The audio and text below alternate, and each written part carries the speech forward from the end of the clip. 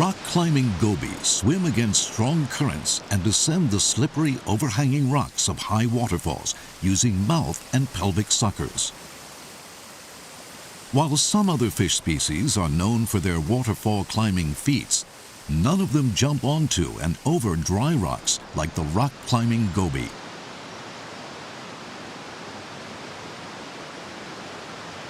What is it that drives rock-climbing goby to fight their way upstream over waterfalls and dry rocks?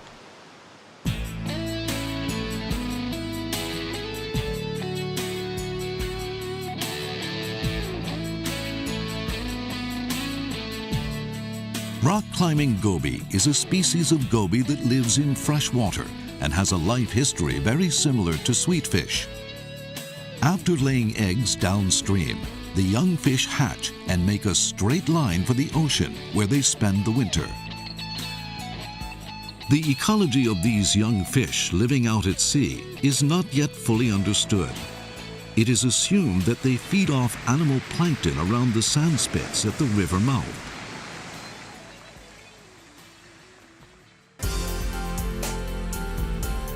In spring, these goby form schools in estuaries and head upstream in groups, only eating algae once they enter the river system. Starting out in schools of small fish, rock-climbing goby gradually begin to dominate single rocks and mark out their territory as they grow in size. It's not difficult to imagine that fish able to monopolize the algae supply will grow larger and head further upstream where there is less competition. In this respect, rock-climbing goby are extremely similar to sweetfish, but there are several critical differences between the two species.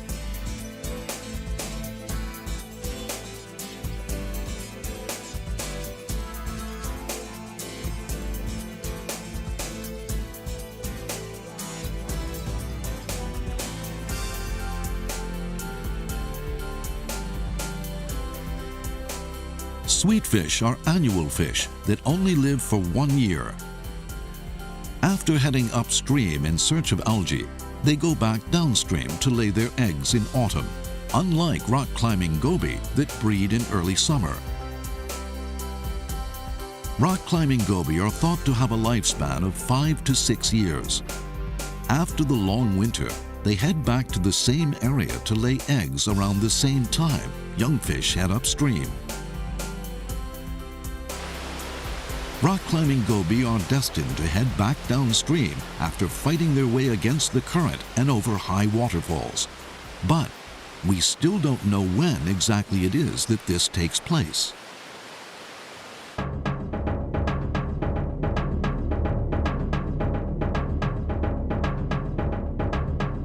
Some species of rhinogobius, a member of the goby family, are also known for waterfall climbing.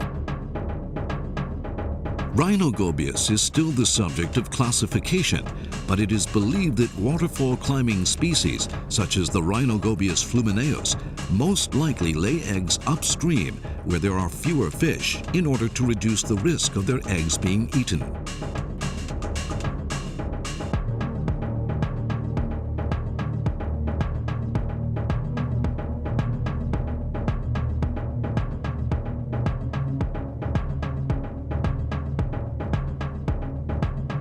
There is no advantage for rock-climbing goby to lay eggs in this way, and they make the arduous journey upstream and over waterfalls later than sweetfish and Rhinogobius flumineus. It would seem that rock-climbing goby use their sense of smell to detect algae upstream, or have a lateral line with which they detect minute increases in water temperature that trigger their exodus upstream. Unfortunately, neither theory has yet been proven.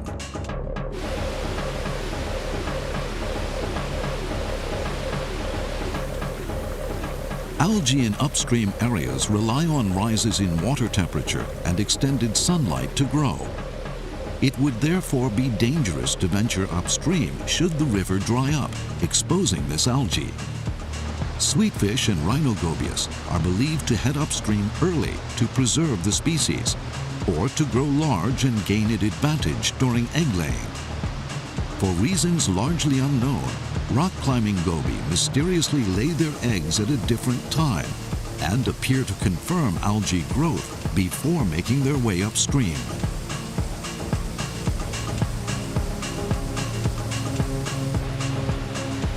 Rock-climbing goby are widespread on the Pacific side of Japan south of the Kanto region.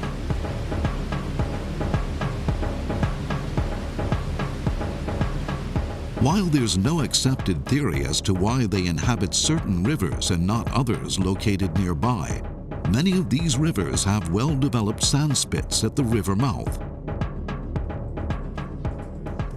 In the case of the well-researched sweetfish sharing a similar life history, sand spits are not regarded as having any bearing on their journey upstream.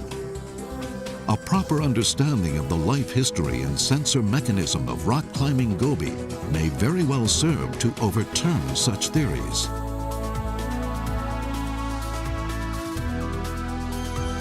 Humans do not have such refined sensors with which to measure the natural world.